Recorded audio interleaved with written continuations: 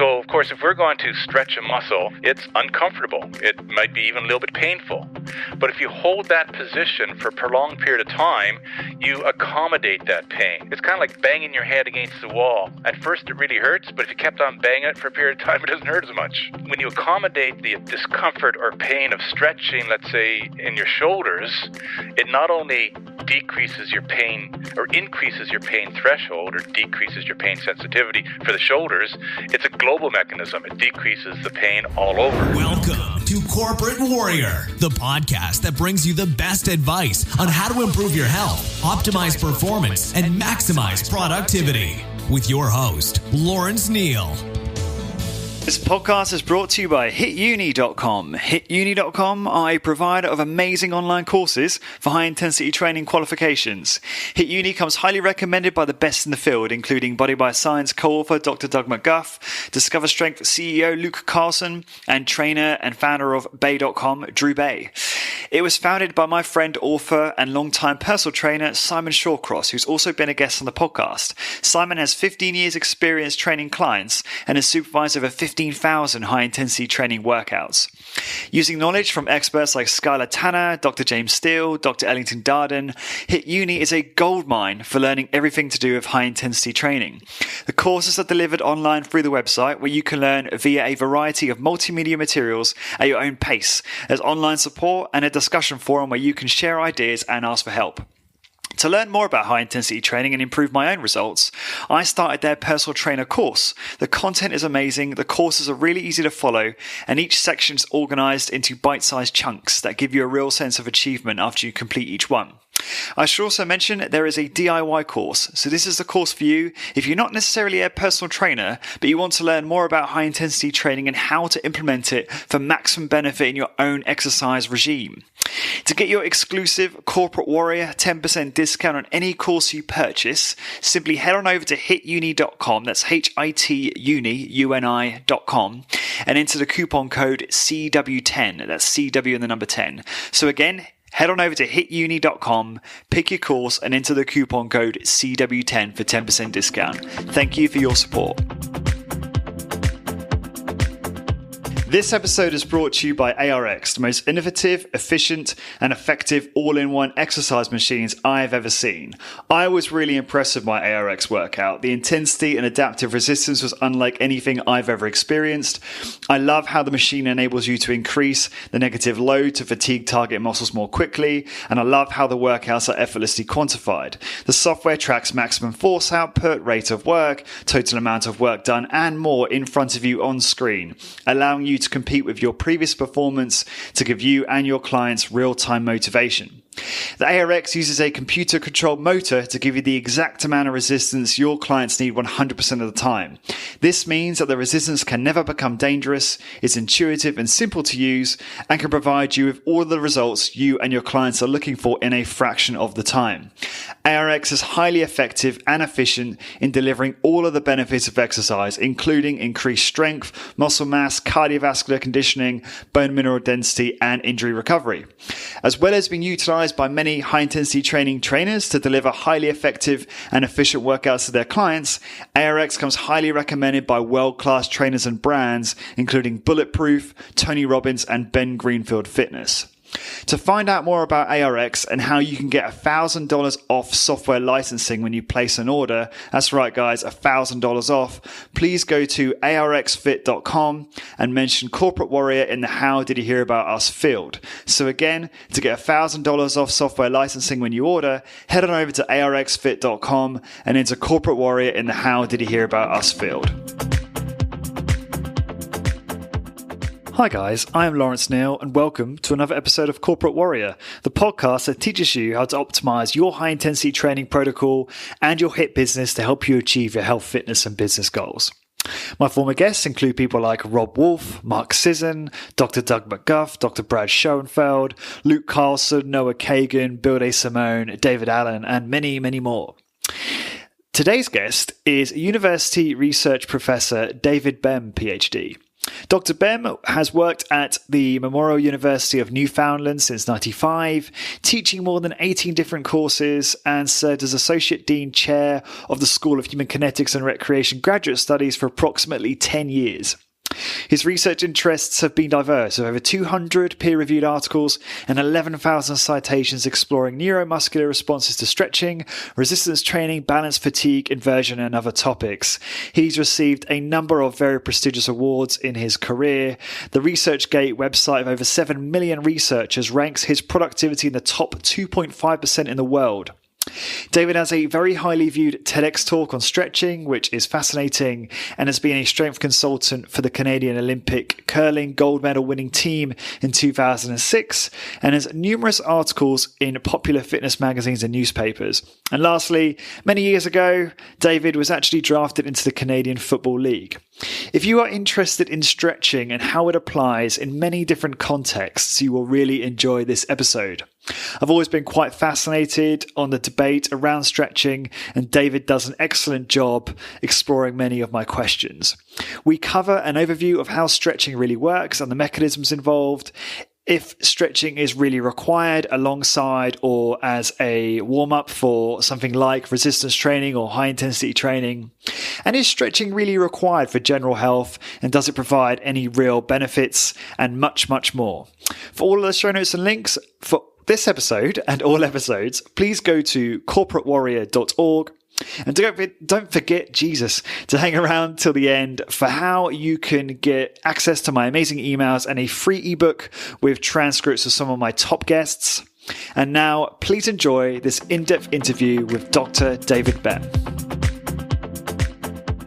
David, welcome to the show. Thanks for coming on Corporate Warrior. I appreciate it. My pleasure. Thanks for inviting me. Cool. So before we got recording, obviously gave you a little bit of heads up of the things I really want to talk about today. I think before I start digging into some of the more specifics, which were really prompted by a lot of the research I did, I just really want to give the audience and the listeners an overview of stretching. Would you just be able to give some context on, your view on stretching, the traditional view on stretching versus your findings? You're talking about things like nuclear bag versus nuclear chain fibers and stuff like that. Sure. So a little historical context. So back in the 1960s, 1970s, static stretching was very popular up until perhaps the 1990s. So static stretching, if we give a definition, is lengthening your muscle to its maximum range of motion and holding it there for a prolonged period of time. So every athlete, it seemed, did that, and depending on the warm-up, they might have done it for 5 minutes or they might have done it for 20 minutes. But in the 90s, there started to have some research showing that static stretching might cause some problems in terms of impairments. So I started looking at that. I did my first one. It got published, I think, in about 2002. And since then, I've published quite a few papers in the area, as have many other people. So then in the 2000s, we had this movement, a paradigm change. And the paradigm change said that, well, because static stretching may impair performance, then we should not have static stretching and we should use dynamic stretching. And there's a number of studies out there that show that dynamic stretching could have similar increases in range of motion as static stretching. Now, if you know science, there's never any unanimity. And so there's more studies out there that say that static stretching is better than dynamic stretching for range of motion. But like I say, there are a few out there that say it's quite similar. Then we started looking at the literature, and I wrote a couple of review papers, one in 2011 and one last year in 2016. And we decided to dig in and look at those particular studies. And the problem with those studies that show static stretching causes impairments is that many of them used unrealistic durations of stretching. So, for instance, Jonathan Fowles back in 2000 published a study, one of the first ones, and he used 13 minutes of stretching of the plantar flexors. Well, who stretches their plantar flexors for 13 minutes? Nobody. So, and you go through it, and lots of people, and I was also one of the culprits in my early stages doing that. But lately, when we've done studies where we've incorporated a full warm-up. So we had the typical 5 or 10 minute aerobic component beforehand. You either jogged around the field, or you got on a bike, or you did jumping jacks or whatever. Then you did some static stretching, and it wasn't unrealistic. So we found that if you did less than 60 seconds per muscle group, then added dynamic stretching or dynamic activity after that, especially if it was sport specific, that it washed out any possibility of these stretching impairments. So a full warm-up still allows you to do static stretching if you need to do static stretching. And that's the big question. So who needs to do static stretching? Well, if you're going to be a cross-country runner, and you're going to run 5 kilometers and you're running it in 20 minutes, you probably don't have a great range of motion when you're running that race. So the need for static stretching for a cross-country runner or a 10-kilometer runner probably isn't that great. But if I was a soccer, as we say in North America, or football goalie, or I was a ice hockey goalie, I was a gymnast, I was a figure skater, I definitely need the most range of motion that I can get. And I would definitely say that those people need to incorporate some static stretching into their warm-up routine, but definitely not 13 minutes of stretching your plantar flexors or 13 minutes of stretching your quads. If I go on one more time, why else would we need static stretching? Well, the research does show that there is a decreased incidence of injuries when you use static stretching. Now, there's not as much evidence for dynamic stretching. But then you say, well, what kind of injuries are we talking about? So early in the literature, they did, there's a gentleman named Pope. And Pope used Australian military. And he looked at what he called all-cause injuries. And he said that static stretching doesn't have an effect on all-cause injuries. Well, if you think of what all cause means, you take 1,000 soldiers and they go out and somebody steps in a hole and breaks his ankle. Well, how is static stretching going to stop a person from breaking their ankle? Another guy goes and falls off a tree and dislocates his shoulder. Well, how is stretching going to stop that? So that kind of confused people at first, but as you look into the literature again, you find out that it seems, and Mal McHugh from New York City, and actually originally an Irishman, he's found that it's musculotendinous injuries that are decreased in incidence. So if you're involved in, again, soccer, football, or North American football, or ice hockey, tennis, squash, etc., and you're sprinting, your agility, you're changing direction quickly, then those kind of sports would benefit in terms of decreasing their injury. But like I said before, you're your average individual, you're going out for a jog as a warm-up before you work out. There's no need for you to do static stretching. Dynamic stretching should be fine. Awesome. Thank you for that overview. Do you want to just elaborate on the non-local or global stretching effects in terms of priming the central nervous system that you've spoken about before? Sure. That's really interesting stuff. We've done a few studies in that area. One study we did with a colleague of mine in Tunisia, Anna Shawoshi, and we stretched the unilateral hamstrings. So we would have stretched, let's say, the right hamstrings. And then we took a look at the left hamstrings. We didn't touch the left hamstrings. And we would test them. And we found that stretching the right hamstrings improved the range of motion in the left hamstrings. Then in another study, we stretched the shoulders and we would test the hamstrings. We would then stretch the hamstrings and test the shoulder range of motion. If you stretch the shoulders, your hamstrings got more flexible. If you stretched your hamstrings, your shoulders got more flexible. So you don't even have to touch the muscle in question in order to get increased range of motion. So therefore, you'd ask, well, how is that possible? How could you possibly have an increased range of motion without even touching the muscle? Well, a guy named S. Peter Magnuson says that it's because of stretch tolerance. So, of course, if we're going to stretch a muscle, especially to the point of discomfort, it's uncomfortable. It might be even a little bit painful. But if you hold that position for a prolonged period of time, you accommodate that pain. So it's kind of like banging your head against the wall. At first, it really hurts, but if you kept on banging it for a period of time, it doesn't hurt as much. So you've accommodated that pain. So when you accommodate the discomfort or pain of stretching, let's say in your shoulders, it not only decreases your pain or increases your pain threshold or decreases your pain sensitivity for the shoulders, it's a global mechanism. It decreases the pain all over. There's a theory called diffuse noxious inhibitory control. And a good idea of what diffuse noxious inhibitory control is imagine that you've banged your toe against the wall and you're going, F, F, F, F, oh, damn it, it hurts. Well, what can you do? Well, you could go and you could punch the wall with your fist. If you hurt your fist, you wouldn't think about your toe as much, would you? The pain would lower in your toe because now your fist hurts. So you've got a overload of afferent information, sensory information, going back up to the brain. The brain integrates that information and then sends down endorphins and kephalins, all these opioids, to try and diminish that pain overall.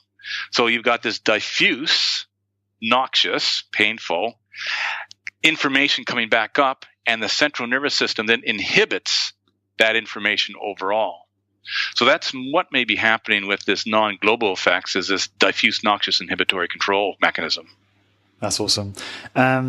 Just rolls off the tongue that acronym you gave just now, or not acronym, but process. Obviously, I'm being sarcastic. So in some other presentations I've seen you've spoken about the difference between and the difference in roles between nuclear chain and nuclear bag fibers. Could you just elaborate on that in the context of stretching and, why actually it's these fibers, which I think do well to explain why actually some stretching isn't always that effective for certain modalities or certain sports? Sure. So I just said that Magnuson talked about the stretch tolerance, but there's not just one mechanism for increasing range of motion. So you mentioned the nuclear bag and the nuclear chain fibers. Mm-hmm. So again, if we go back to static stretching, when I lift up my foot and I put it on a table and hold it there, the nuclear bag fibers tell me the rate at which I lengthen my muscle. Then the nuclear chain fibers tell me the extent. How far did the muscle lengthen? So while I'm moving it, the nuclear bag fibers fire really rapidly to say, hey, the muscle's changing at a certain rate. Once I put my foot on the table and hold it there, it's not changing the rate anymore, and therefore the nuclear bag fibers decrease their firing.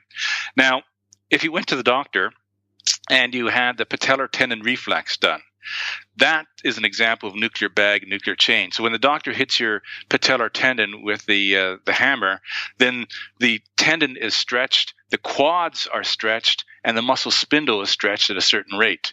So then you have that myotatic reflex that goes to your spinal cord, comes back again, and makes your knee jerk, your quads contract.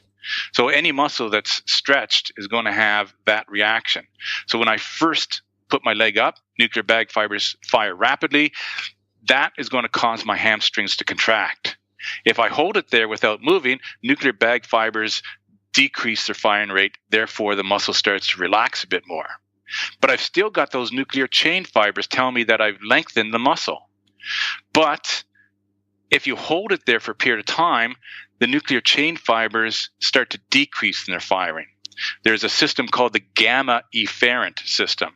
So when you contract your muscle, there's the alpha efferent system. So your alpha motor neuron causes your muscle to contract. The gamma efferent system is a parallel system that goes to the muscle spindles. So you can think of your muscle spindles as being miniature muscles inside your big muscles. And so they have actin and myosin, and they have myofilaments. So when I stretch my muscle, it stretches the muscle spindles. Then the gamma wants the muscle spindles to go back to the original length. So if I hold my stretch for 20 seconds, 30 seconds, 40 seconds, or whatever, those gamma are going to cause the spindles to come back to the original length, and then they'll decrease their firing rate as well. So hold it for a long time, and both the bags and the chains decrease their firing rate, and therefore less reflex, less contraction. You're relaxed. You can stretch more. Okay, cool. Okay, so thanks for giving some context. That's great. So now I want to dig. Obviously this podcast is focused a lot on, high intensity strength training, which typically is resistance training performed with body weight, free weights or machines, typically done to one set to failure, to muscular failure, but done very safely and under control. Where is there utility, if any, in terms of stretching pre or after that type of training, in your opinion? Well, again, I'll go back to my example of the person who's jogging, who doesn't have much of a range of motion. They don't really need to do much static stretching. So if you're going to go and just do bench press, bicep curls, shoulder press, squats to 90 degrees, your range of motion is not extensive. I don't really see the need for extensive static stretching before a workout such as that, because again, what's the purpose of static stretching? It's to ensure that you've got a adequate range of motion, that you are going to decrease the incidence of musculotendinous injuries, especially under sprinting and agility situations. The typical individual who's doing high intensity training is not doing it ballistically. They're probably doing it under control. So if you're doing it under control, under I won't call it a restricted range of motion, but certainly not an extreme range of motion, then I would think that an aerobic warm-up, get on the bike for 5 or 10 minutes, do a little bit of dynamic stretching would be sufficient. If your goal is to get the greatest strength or power that you can in your workout, I mentioned before that it's prolonged static stretching that causes impairments. But if you go in the literature, you can find a number of studies, and quite a few studies over the last 20 years, I'd say, that where they only stretched, let's say, for 30 seconds and they had impairments. So it is possible that just by doing static stretching alone, even with 30 seconds, you might get some impairments. Now, again, overall, the magic number is 60 seconds. But individual studies do show with some 30-second stretchings that could happen. So if you don't need to do static stretching and you want the most power and strength you can get, I would suggest there's no need to do it beforehand. Should you do it afterwards? Again, I wouldn't be all that keen unless it's a really relaxed, you've got to cool down and your main goal is just to relax. You've just worked out really hard. You're fatigued. And now you're going to, as in the typical athlete who tends to push themselves too hard, go to the point of discomfort with stretching. There's a greater chance you're going to injure yourself from that static stretching. So the analogy that I make to a lot of people is that if you're Usain Bolt and you're going to do a 100-meter sprint, and in your warm-up you're going to do all this extensive static stretching, you're probably going to end up impairments. Would I say, would you need to do, for example, if you wanted to get stronger, you wouldn't start doing a set of squats, heavy squats, before you did a Olympic sprint. So there's no need to do a set of extensive stretching before you do an Olympic sprint as well. If you want to get stronger, then you do a separate strength workout prior to your ice hockey, football, tennis, or squash game. If you want to have a greater range of motion, then you should be doing a separate flexibility session that's not emphasizing stretching to the point of discomfort either before or after your workout. That's not the time to try and get a great range of motion. What about, so there's a belief certainly in the high intensity training community, and this may also extend out into the general resistance training community, that a lot of these exercises provide one with sufficient range of motion for, I guess, utility in resistance training and then also just for everyday life. Do you disagree with that? Do you feel like a isolated, siloed, static stretching session to as an adjunct to resistance training would be more beneficial? Or how do you think about that? Well, I'd partially agree. So you mentioned that there's a variety of individuals that listen to this, and some of them work on free weights, some of them work on machines. If you're working on a machine that has a restricted range of motion, then I would say you probably need to do some additional stretching. But most free weights and many machines push you through a greater range of motion than you would normally do in your daily activities or activities of daily life. So I would think, again, for the individual who is doing those weight training activities, probably doesn't need an extensive amount of additional stretching to keep them in the healthy zone. Like a bench press, for example, most individuals during their life, activities of daily living, don't bring their shoulders or their elbows past the frontal plane of their body. So the bench press definitely stretches out the anterior deltoids. And in fact, I've had a rotator cuff injury. I couldn't do a bench press because it was too extensive for me. The range, I could do a partial bench press, keeping it about 6 inches off my chest, but I couldn't bring it all the way down because the range of motion was too great. So definitely, especially with free weights and some machines, I think you get adequate range of motion with those. How did you do the injury? It's just coming back now. I'm back to playing tennis, back to playing squash, but I'm keeping my weights down. My only goal when I'm doing weights at the moment is to get blood into my shoulder, because your rotator cuff muscles are fairly avascular. They don't have a lot of blood going to them. So I need to wash out my rotator cuff with more blood and get it to recover. But it's been almost a year, and I'm an older guy. I'm 60 years old, so it's taken me a lot longer to recover than I did 40 years ago. Well, you look good. You look good for 60. Well, thank you.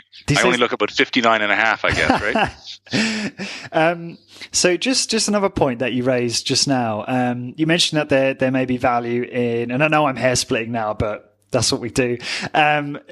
You mentioned there might be value in dynamic stretching prior to resistance training. Why is that? Well, the dynamic stretching obviously is an active form of range of motion. So we mentioned before that probably want to do some aerobic work. Why do you want to do that aerobic work beforehand? You want to increase your body temperature. By increasing your body temperature or muscle temperature, then you can have increased neuroconduction velocity. That is the speed at which the signals are passing through the nervous system, which would help you, for instance, in power type activities like plyometrics. You also have increased enzymatic cycling, meaning that the rate at which you process energy is quicker, so you can dissipate your hydrogen ions and your lactate faster. You can use your ATP faster, et cetera. So all those are advantages of dynamic activity.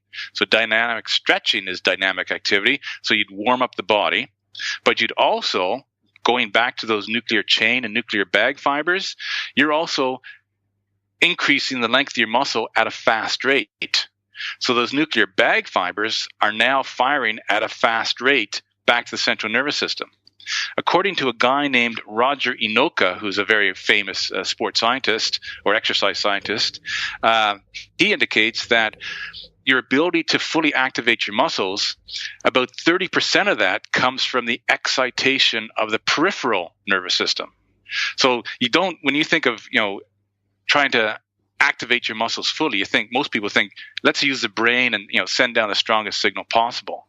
But your nuclear bag fibers, your nuclear chain fibers, turning down your Golgi tendon organs, which are typically inhibitory, et cetera, you've got to get those engaged as well to be able to get the greatest amount of activation. So the dynamic stretching will help you to excite the whole nervous system. Cool. So there's a whole bunch of benefits there, which I wasn't aware of. So could you give us an example, what would be a effective dynamic warm up prior to a full body resistance training workout, for example? Well, again, I would start off with getting on the bike or going for a jog for 5 or 10 minutes. Then the dynamic stretching would involve, simply, for instance, leg flexion extension, kicking back and forth. Again, not to a painful range of motion, but to a function. So you feel it at the end of the range of motion. You're going to your functional range of motion. Follow that up by abduction, adduction. So right to left with each leg. You might want to do the what's the name of it? You bring your knee up, and it's a knee. It's not called a knee opener. Knees? Well, that's a high knees, but then you bring the knee up, and then you abduct the hip to the outside. Yeah, I can't think. The name isn't coming to me at the moment, but that would involve some internal rotation or external rotation of your hips. Then move to your upper body and circumduction of your shoulders, large rotation of your shoulders, abduction, adduction, and some movements for your back, and that should be sufficient, I would think. Interesting. Doing each. I'm sorry, just to give you some duration. Typically, you'd want to do that for at least about 5 or 6 minutes for the whole body. So this is really interesting. So you feel that that type of warm up would lead to a better performance in the actual strength training exercises themselves? It would lead to an improvement in the strength training exercises, you said? Correct, yeah. Yes, because your system would be excited. If you just walked off the street and took off your clothes and started lifting, your system is not in an excited state. So you've got to get greater activation. So when I say an excited state, what does that mean? If you're sending afferent signals from your nuclear chain and nuclear bag fibers and from your joint receptors and from a variety of receptors, they're going to help to decrease the threshold of your fast twitch motor units. So there's this theory called the orderly recruitment of motor units. Right. So while we're walking around, we're using our slow twitch motor units. If we need greater forces, we start recruiting higher order units. So they might still be slow twitch, but then we move to the fast twitch, maybe the fast twitch, what are called type 2A. Then we move up until we get to the highest threshold. When I say threshold, I mean the ability to activate these, because the inside of these motor units are negatively charged, and we have to depolarize them. We have to try and make them positively charged. Some of them are more difficult to depolarize than others. So if we can get the peripheral nervous system to start sending more signals to them, it decreases that threshold. Usually they're sitting at about minus 72 millivolts. And then we want to try and depolarize them and get them to plus 30 millivolts, and then they fire and get your muscles to contract. If the peripheral nervous system, the nuclear bag and nuclear chain fibers, are active and they're sending signals back, they can reset that threshold maybe down to minus 60 or maybe minus 55. And then when we want to activate them, then those fast twitch high threshold motor units are more easily available to activate. So this is interesting. So I'm familiar with the concept of the orderly recruitment of muscle fiber, and in high intensity training, most people believe that, or a lot of people believe that you will get somewhat of a warm up because you're moving slowly, with a goal to reach muscular failure.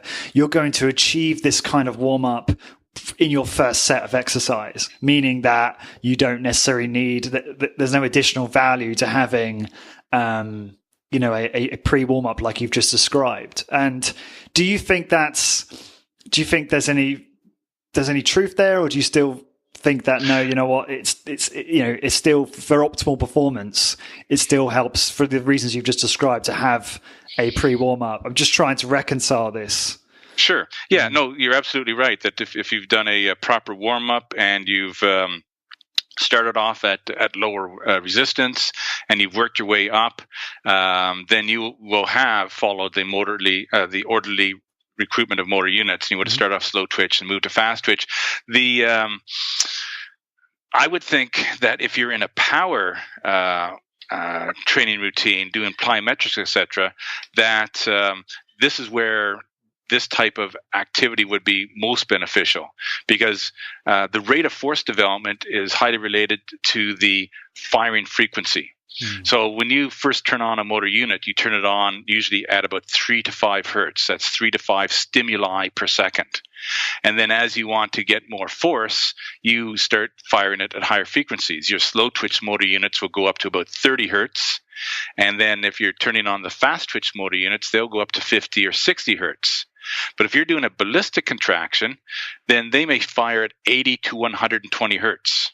So if you are just doing these, again, let's just say it's slow squats, and you're going doing the activity, you're going from your slow twitch to your fast twitch if you're going to fatigue, but you're not going to fire them at more than 50 or 60 hertz for your fast twitch if you're moving slowly. If you want to do power, then you've got to get your body ready to fire for power. And to fire for power, you need high firing frequencies.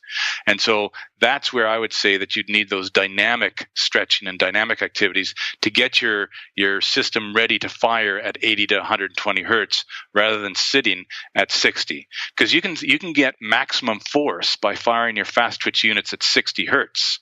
The higher hertz or higher frequencies are related to rate of force development, like I said.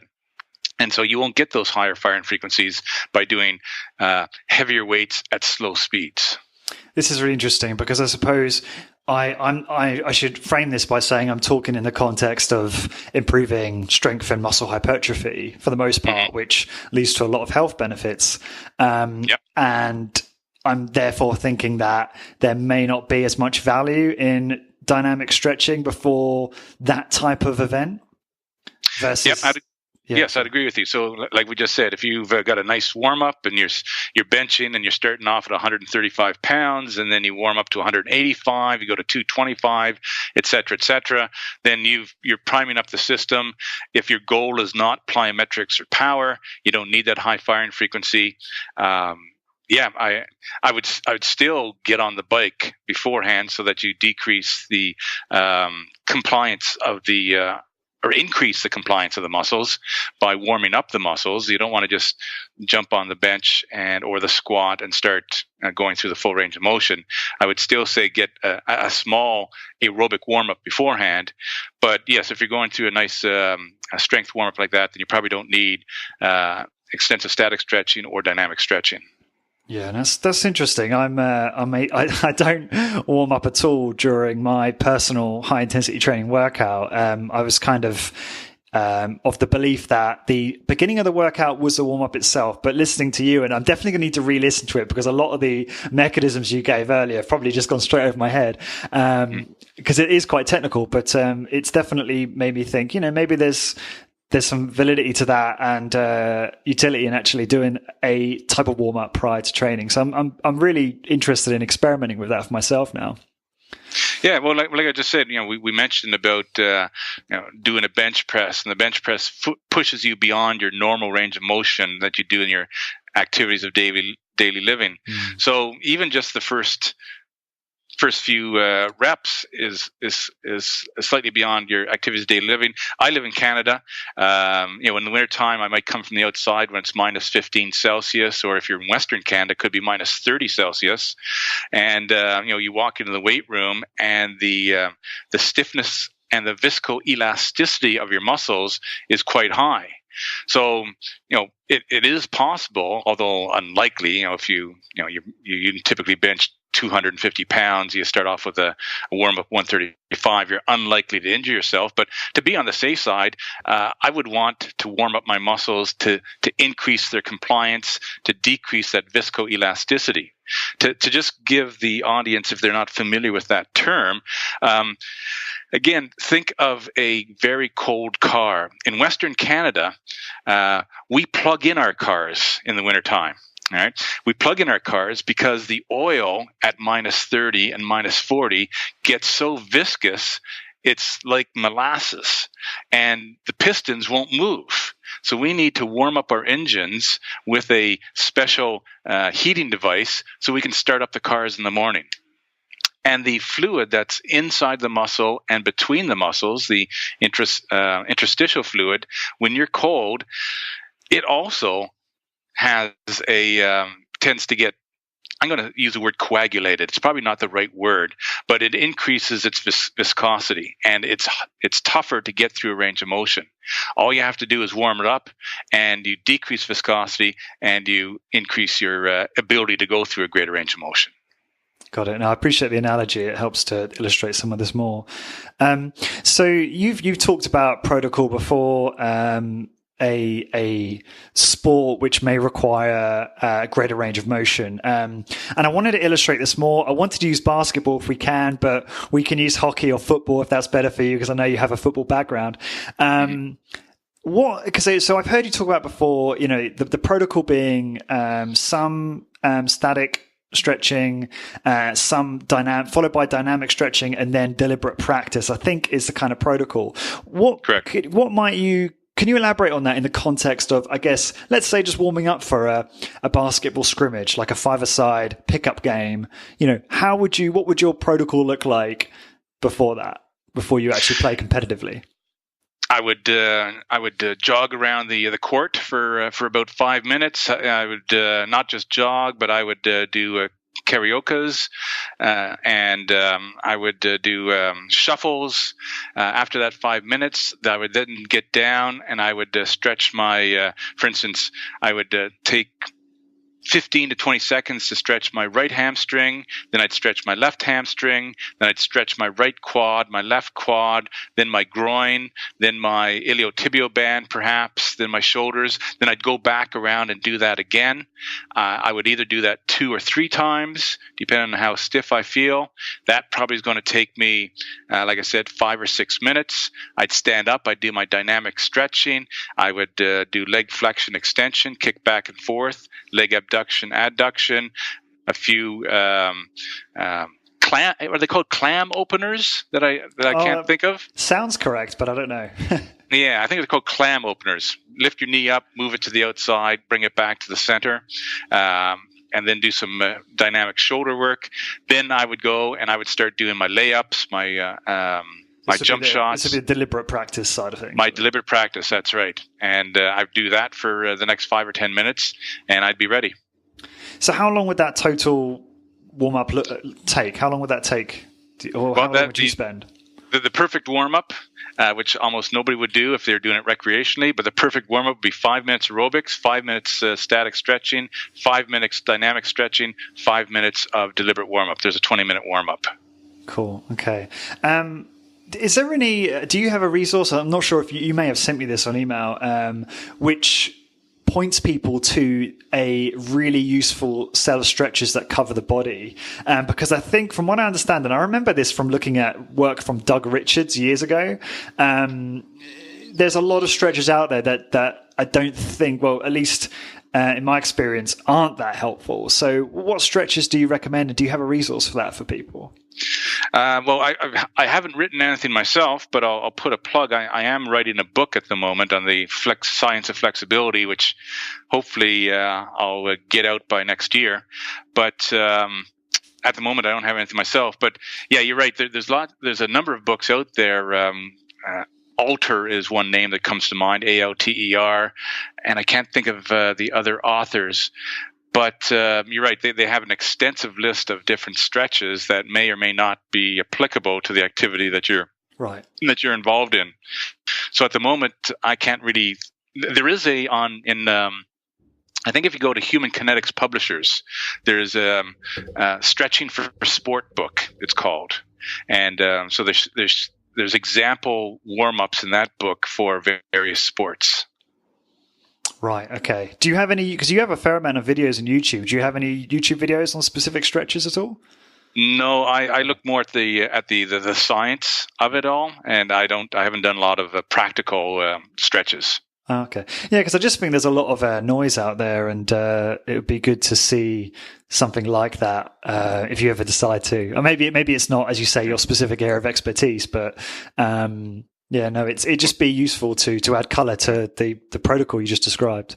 Yeah, well, actually, in the book that I'm writing, I will have a section that will provide a suggested warm up, and then we'll have a whole list of different stretches, and then you can go and pick one of those, and we'll say, for this muscle group, you could have a variety of these stretches. Well, let me know when that's due, and we could do a part 2 if you like to help the launch. Sure, yeah, that'd be great. I'd love to know also how. I always love to know, because I have guests back multiple times, and one of the questions I love to ask is, what have you changed your mind about since we last spoke? Because it's always fascinating to hear what the people on the front lines learning in the last 6 months, which is changing the game. So that's always fascinating to me. Just talking about, I guess, general health, I'm just curious, do you think, if one is not particularly interested in sport or participating in sport, and let's say they're just doing maybe very, as I described before, very safe, fairly infrequent resistance training, maybe once or twice a week, but plenty of movement, lots of walking, let's say, which in my opinion is a pretty good dose of exercise for kind of overall health. Now, do you think there's really any point to doing stretching in that type of lifestyle? Is there any value in stretching alongside that? I certainly think so. If you imagine right now, I can't see whether you're sitting or standing, but you're standing. Okay. At my office, I'm at home right now, but at my office, I have a stand-up desk as well. But here at home, I'm sitting down talking to you. So you imagine how many hours a day most people are spent sitting compared to how much time they spend walking or doing their workout routine 2 to 3 times a week. So your hip flexors tend to shorten because you're going to spend probably 8 to 12 hours sitting down. So even though you're doing some exercise and even walking, although it's a great exercise, again, it's a restricted range of motion. You're not going to get an enhanced range of motion from walking. So I still think that for the average individual, especially as they're getting older and their muscles are getting tighter, as you get older, you're replacing what's called the elastin proteins in your connective tissue with collagen proteins, and you tend to get tighter. And if, again, just like resistance training, if you can put a stress on your connective tissue, you can synthesize more of the elastin. And like the name says, it's the elastic kind of protein. And if you don't do that, then those shortening of your hip flexors and other muscles will cause your pelvis to have an anterior tilt, and therefore it throws off not only your balance, which is a concern for older individuals, but your lumbar spine curvatures. And so now you're getting this misalignment in your body. So I agree with you that, and we've said this before, in our interview here, that, weight training will help to increase your range of motion through a functional range of motion, but it certainly wouldn't hurt as you continue on to add, some sort of short stretch routine once or twice a week into your healthy living profile. Do you think something like, are you familiar with Egoscue? I think it's Egoscue. Stretches. Are you familiar with that method? No, I'm not. Okay. No. It's just something that I learned from Tim Ferriss's 4-Hour Body in terms of a way to correct, to address some of those hip flexors and other muscles which become, impaired from prolonged sitting and that type of thing. I wondered, okay, so I agree with what you're saying. So if one is like sat for, 6 to 10 hours a day, completely agree. But let's say you're breaking that up with a lot of movement. So you're very cognizant of that and you're not sat down for, say, longer than an hour. And you're doing strength training on the side. Is there then still such a requirement for some type of stretching? Do you still feel there is, or is it different in that context? Well, I guess you'd have to look at your individual lifestyle and how much are you moving around. So if you at your office, you stand up every half hour and you go to the water stand, or you go to the toilet or whatever, you walk around the building and sit back down. Well, that's great. But again, you just went walking. And the walking really isn't giving you much of a range of motion.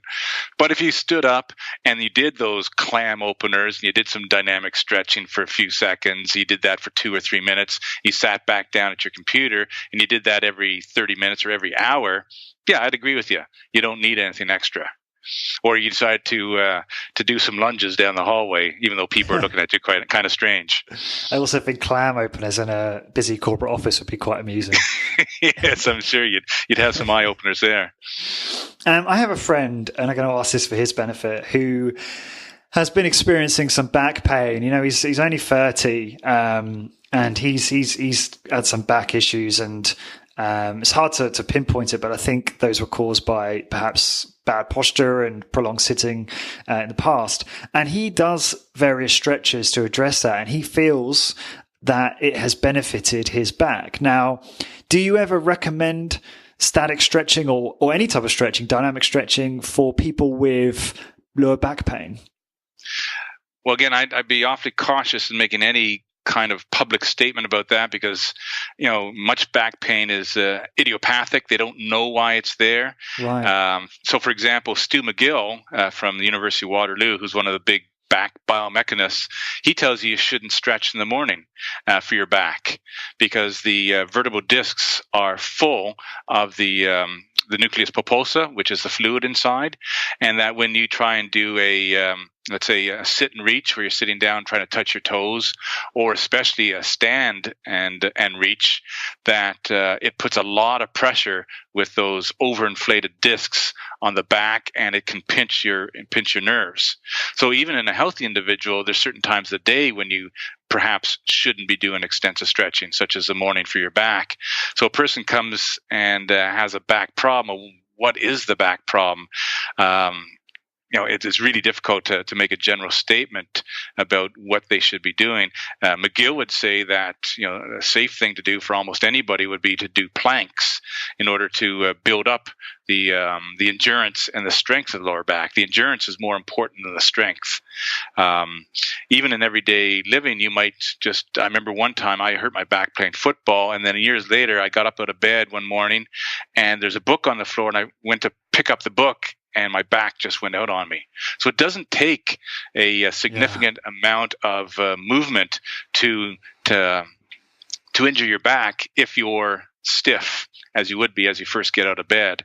So it's hard to say for the general population or your buddy what kind of stretches he should be doing if you don't know exactly what the problem is.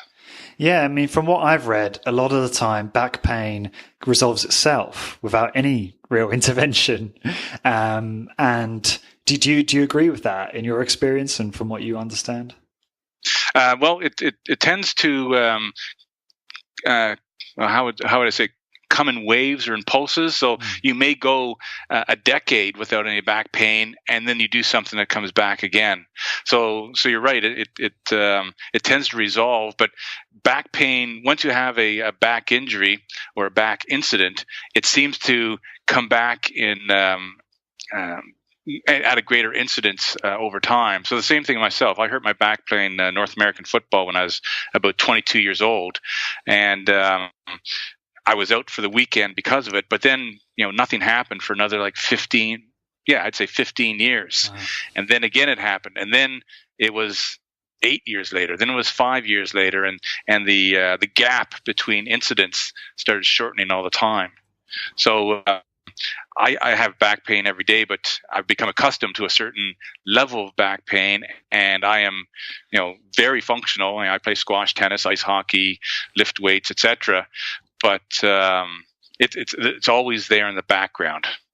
What do you do, if anything, to mitigate that pain? Well, I stay active.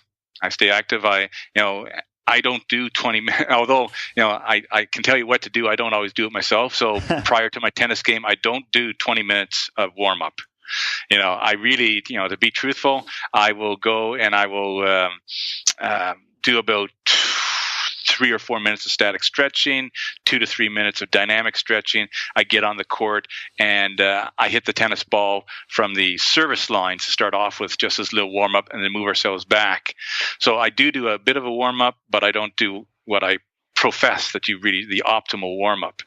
But I think, again, like I mentioned, I'm an older individual now, but I stay very active, and with the weight training, my back is under control. Interesting. Yeah. It's, as I get older, I'm 30 now, I've become much more aware of injury and interested in mitigating against it, because when you're younger, you've got, this enormous resilience and you think you're invincible. Absolutely. And not too long ago, I went trampolining with my girlfriend, and I was, there was one of these trampolining places where there's like basketball hoops on the walls and that type of thing. And I play basketball, so it was a lot of fun for me to be able to dunk it because I'm nowhere near dunking in real life. Well, not real life, but in real basketball. And so I got a bit overly enthusiastic, and I felt a small twinge at one point. And I really thought nothing of it and just thought, I'll take it easy for the rest of the day and probably won't do anything tomorrow to ensure that it repairs. And in that evening, during some bedroom activities, which I won't elaborate on, I actually injured my back. Oh yeah. And then I was in so much pain and so debilitated for 4 days. It's the first time I'd had a pretty serious, or what felt like a serious back injury. Any advice from everyone? Obviously through this podcast, I've developed a number of relationships with people like you who are very helpful. And the advice really was, rest, maybe apply some cold or heat therapy, do some very light activity, just to provide some motion. But that was it. And it was just like, let the body run it, let the injury repair itself. And scary stuff, like injuries are really scary. So yeah, certainly as I become older, I'm much more appreciative of that and trying to learn how to mitigate it. Do you have any further advice? I don't know if we're coming out of your area of expertise on this, but in terms of preventing injury, do you have any kind of thoughts on how one can go about that in addition to what you've already said? Not really, not much further on it other than what we already said about proper warm-ups, strength. But I guess, again, just to emphasize what Stu McGill would say is that you don't need to have extreme strength in the lower back to be healthy. The endurance aspect is more important in terms of lower back health. Okay, so do planks. Exactly. Yes. Cool. Good stuff. Okay, so I've got some questions from listeners here. I think you've covered this a little bit, but do you just want to elaborate on where stretching might come into the context of running? So if you're a regular runner, where might stretching be useful? So as I mentioned before, you probably don't need to do a lot of static stretching before you go for a run. But again, if you're a long distance runner, you have a restricted range of motion. So again, it's quite typical for distance runners to have restricted hip flexors. And so as a separate stretching routine away from your run, either before or after, you should be doing some work on your hip flexors and your hip extensors, your quads, your psoas, your hamstrings, to loosen up, one might say, the pelvic area. Cool. Okay. What is your opinion on Tim Noakes' central governor theory? Well, that doesn't have much to do with stretching. No, sorry. I know I'm moving away. It's this is another one of the questions that was submitted.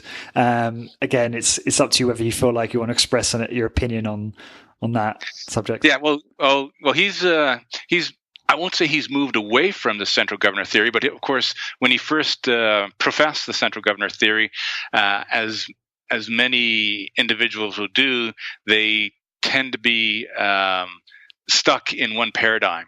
And so lately, I'd say lately being the last 5 or more years, he's been more open to the interaction between the central control of movement and the peripheral interaction. So, of course, when the central governor theory would say that you pre-plan your subconsciously, your brain is pre-planning your action in order to ensure that you never get into a catastrophic situation. And he tended to say in the early stages that the emphasis on peripheral metabolites and the feedback was far less important than this central pre-planning. And in fact, we've done some work. We published quite a few papers now where, of course, when we think of the central governor theory, we think of a person running 5K. And so what they'll do, they'll start off fast, but then the central governor says that we can't keep this pace up. So then you slow down to a pace that you can maintain, because evolutionary wise, if you were 100,000 years ago, at the end of your run, there could be a saber-toothed tiger there, and you need to have some extra energy to run away from the saber-toothed tiger. And then what you see at the end of the 5K run is that they all spurt. So although they all feel tired, they've all got this extra energy that they can do. So what we did is we said to ourselves, well, okay, if that's the case, then there shouldn't be this pacing strategy if we're doing maximal contractions. Maximal contraction is a maximal contraction. How can you pace a maximal contraction? So what we did was we had individuals perform a single maximal contraction. Then what we would do is that we would ask them to do 12 5-second maximal voluntary contractions, which I'll now call MVCs, with 10 seconds rest in between. So they have to do 12 of them in a row. So they come in and we'd say, okay, you got to do 12. Another time they come in and we'd lie to them, or better, what we'd say in ethics, we deceive them. And we would tell them, you're going to do 6 this time.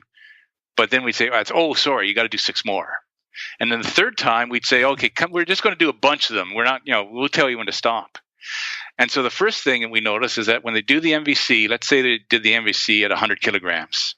When we tell them to do 12, and we've already given them 5 minutes rest since the last MVC, the first MVC of that 12 is going to be less than 100 kilograms. They think they're doing an MVC, but they're not doing an MVC because the brain is telling them they got to do 12 more, so they're saving their energy. And then what will happen is they'll go down. If we tell them that they're now at their 11th, their 12th one will then go up, just like Noak says when they're doing their running. When we told them to do 6, then that first MVC of that series of 6 is going to be higher than the first MVC in the series of 12 because they've planned that they only have to do half as much work, so they know they can push out. When we tell them, okay, let's do a bunch of them, we'll tell you when to stop, and now they have no idea, they have no endpoint, then that first MVC of the unknown endpoint is significantly lower than when we tell them to do 12 or 6 because they have no idea when they're going to end. So now they got to save more energy because, again, that saber-toothed tiger could get them at the end. So there is a subconscious, and again, when they don't realize that they're dropping their force because they think they're doing MVCs. They tell us, I'm trying as hard as I can, but their brain subconsciously has stopped them from doing that. So there obviously is, whether you're doing a run or a cycle, which is a sub-maximal intensity, or you're even trying to do maximal intensity, there is a central governor of some type. But that central governor is also influenced, obviously, by the amount of metabolites that are accumulating, and those chemoreceptors are sending information back about the noxious stimuli. So your nociceptors are sending that information back. And so it's the interaction of both the central and the peripheral.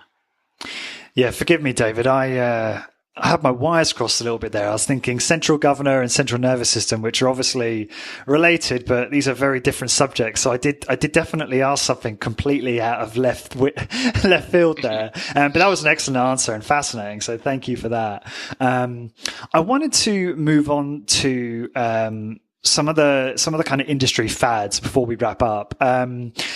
I had a few questions submitted here that were really interesting. What is your opinion on things like foam rolling? Do you think there's any utility in that type of thing?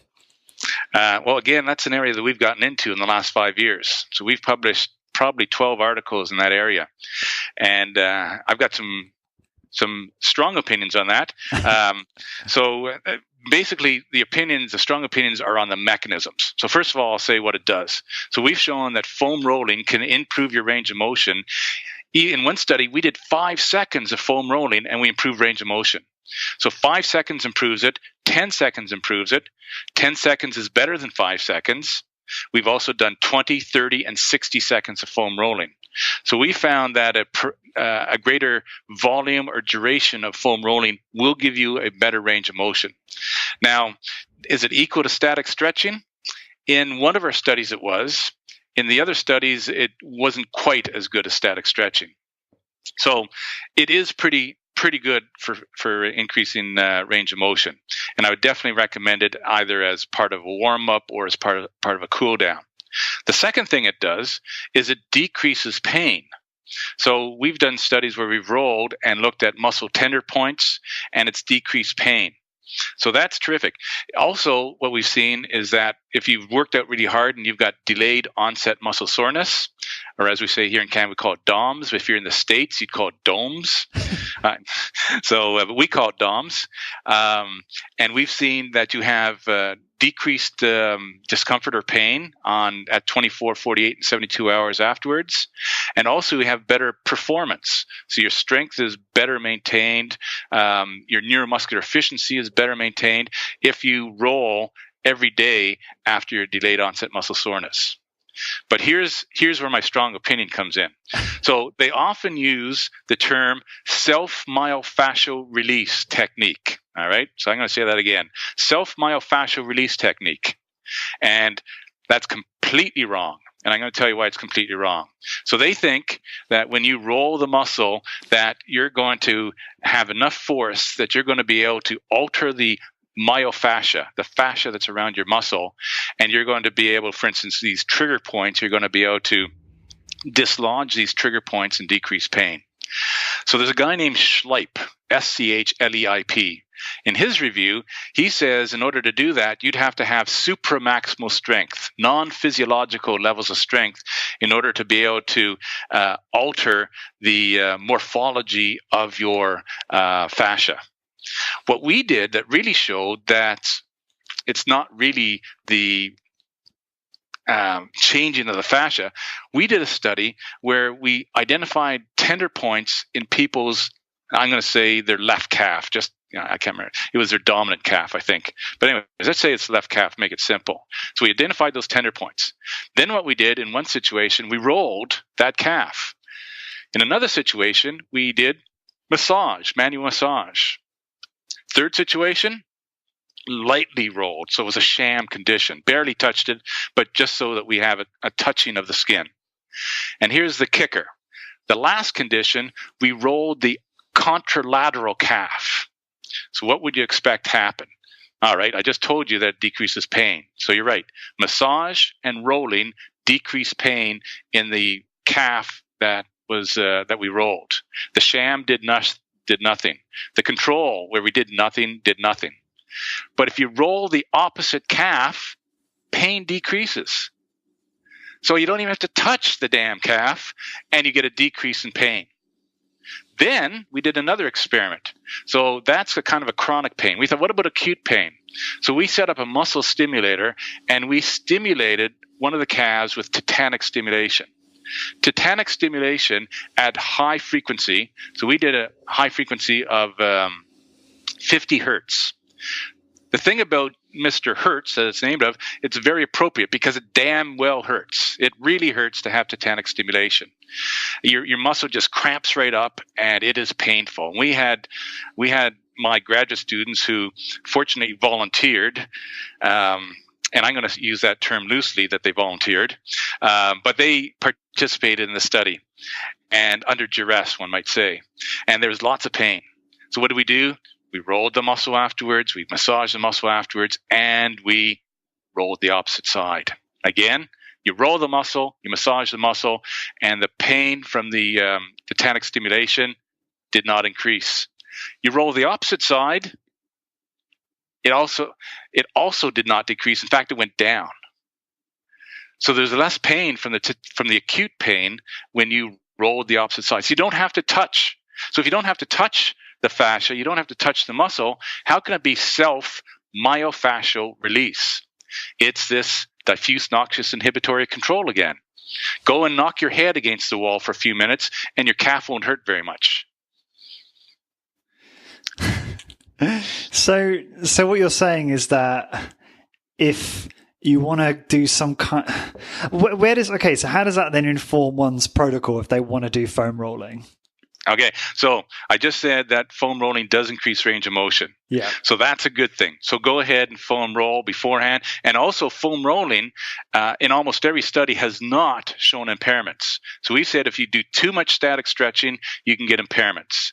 Foam rolling so far in most of our studies has not shown any impairments. So you might decide that instead of static stretching, I'm going to roll instead, and that's going to be my warm-up. That's great.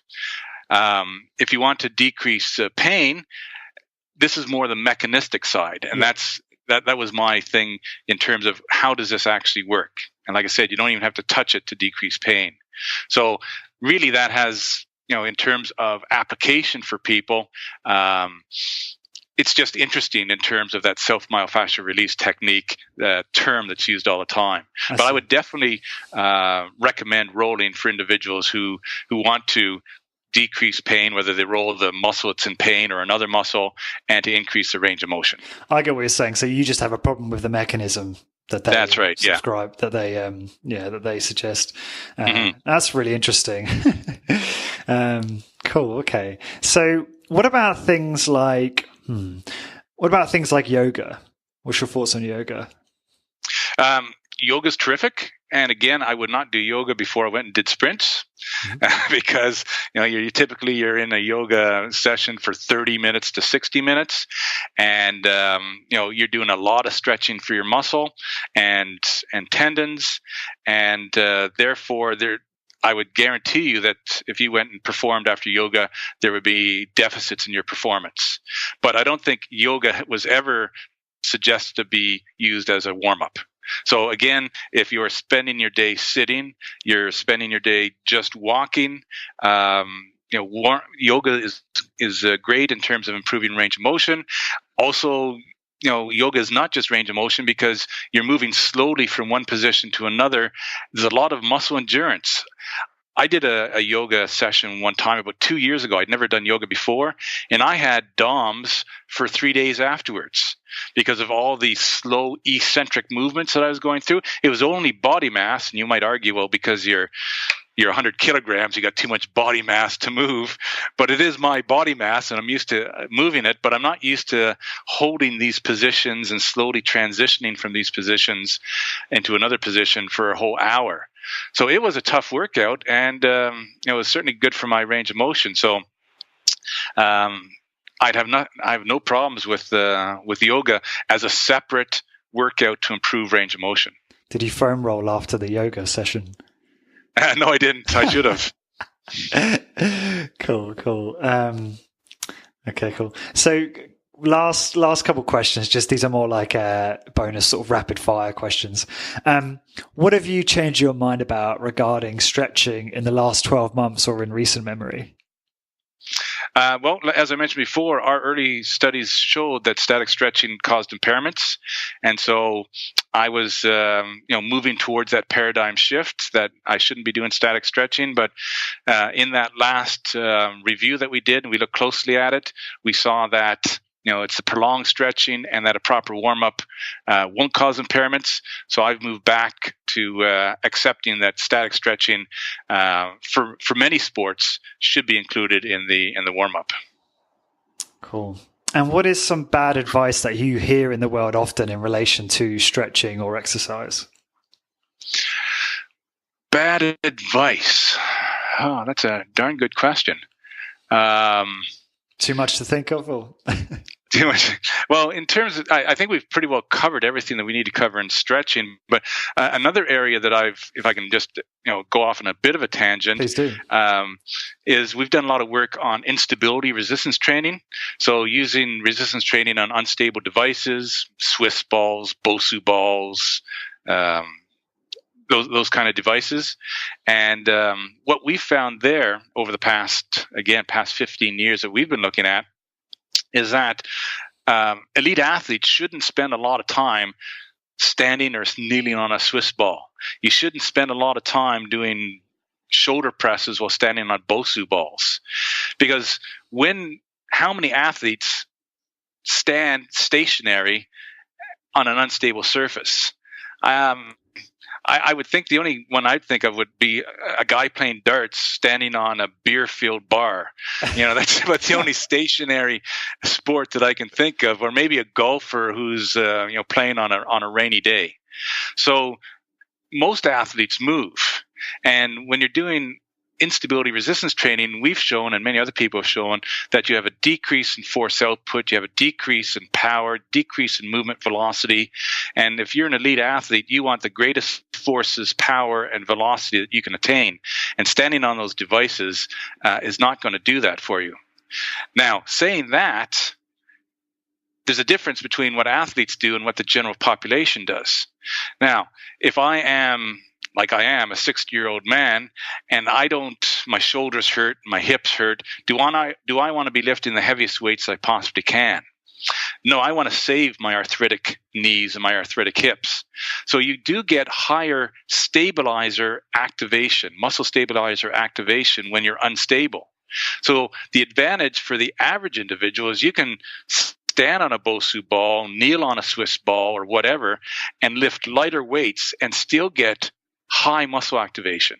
So you can save the cartilage in your shoulders or your knees or your hips by having less extreme force and still get a healthy resistance on those muscles and still get high activation, and perhaps improve a bit of your balance or equilibrium as well. So the instability aspect, good for the average individual. The elite athlete, for the most part, I would stay away from it. This is interesting because you just made me think of asking you a little bit more about deliberate practice quickly. What are your thoughts on, the amount of cross training you see? Elite, for instance, elite athletes like professional basketball players, for instance, will do, boxing and various other sports that have really no relation to their job, their main sport.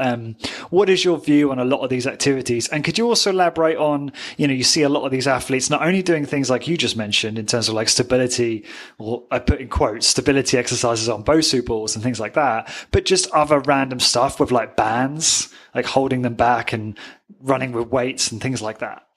Mm-hmm. Well, there's I guess I'd say there's a balance between training specificity and overtraining. So, let's take, instead of a basketball player, let's take a tennis player.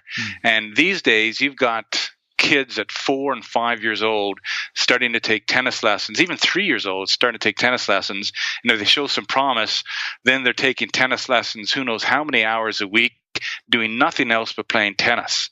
And so now we've got, bilateral asymmetry because they're always hitting the ball with one side. They haven't developed the other musculature that they would have if they, in addition to playing tennis, they decided to play some soccer, play some basketball, whatever. So I think actually in the short term, it might be a good idea for the basketball player who's spending 8 months a year playing basketball, or the tennis player spending 10, 11 months a year playing basketball, to go and do some boxing, to use some other muscles other than the ones they've used for their sport. Now, obviously, in terms of training specificity, this should not be your primary workout for the whole year. We need the central nervous system to become accustomed to performing movements. Again, you mentioned bands. We can have movement-specific actions using TheraBands, etc., doing ballistic resisted actions, and we definitely need to do that training specificity. But I would definitely recommend during the off season that the person get away from training specificity and perhaps do some of that boxing or whatever to keep them in shape, but use different muscles, different joints. Where I would challenge that, though, is it's my understanding that if you were doing, like, let's say, a full body strength training workout, let's say you're a tennis player, and a fairly competitive one, and that's the only sport you really care about getting better at, then it's my understanding that as long as you're doing, a full body resistance training workout alongside that, you're going to be training those other muscles and building strength and improving all those other parts of the body, so you don't have those imbalances. So why would you opt to do another sport to address that and rather just do some type of resistance training? Okay, well, it's a good point. Absolutely. If you're doing the appropriate resistance exercises, you would be working a full body muscle. But again, if you're doing resistance exercise for strength, you're probably moving at a slow pace. Mm-hmm. All right, you're doing under controlled conditions. Remember before we talked about with ballistic contractions, the firing rate of your muscles. So I would want to have my muscles periodically firing at high frequencies. And and whether it's exactly the same motion, like whether I'm doing a forehand or backhand, or whether I'm doing an uppercut and another kind of punch. I want to keep my system prepped in that manner. It's especially, again, for a person my age, one of the first things that goes is your speed and your power. You can maintain your strength for many decades. In fact, most research says that even into your 50s, you can maintain similar strength as you had in your 30s. Now that I'm 60, I'm supposed to be getting into the age where I'm supposed to start losing my strength. But I know that I definitely have lost my velocity, over the past decade or so. And that's why I play a lot of tennis and squash, and I play singles tennis. I don't play doubles tennis. Doubles tennis, you stand around, it's a social game. I want to be exploding off the baseline, exploding to the net, so I keep my old body firing at high frequencies so I don't lose that. And I would think the same thing, even in the off season for a basketball, tennis player, squash player, that even though I might not be hitting forehands and backhands, I still want my cerebellum and my motor cortex to be firing at 80, 120 hertz on a regular basis. But then why not? Sorry, I keep challenging you on this, but why not then play? Like, why is it you need to add anything? Like, why not just play more tennis to address that and still have the strength training? Like, why is it? Because you're using the same joints 12 months a year. You're going to fall apart. Right. I want to do something different. I want to give my joints that have been playing tennis for the last 10 months. I want to give them a bit of a rest, and I want them to move them a different way. I want those muscles and tendons to get I don't want to give them a complete rest. By moving them in a different manner, it's going to still stimulate them, but it's going to give them an opportunity to resolve from the hard work they've done over the last few months. So by being novel and moving in a different way, there's somewhat of a rest there, or not rest, but giving a different stimuli. Yeah. Yes, okay. A different stimuli. Yeah. Interesting. Cool. Good stuff. Well, thank you for that. Is there anything else, like any last words of advice to those that are listening, I guess in relation to stretching or other, that you'd like to leave the listeners with? I think we've pretty well covered quite a bit. I can't think of off the top of my head anything else to add. Good. No, you've been very comprehensive, and I'm really pleased with the amount of stuff we've covered. And thanks for being a good sport when I've challenged you. Although I'm sure you're very used to that in your world.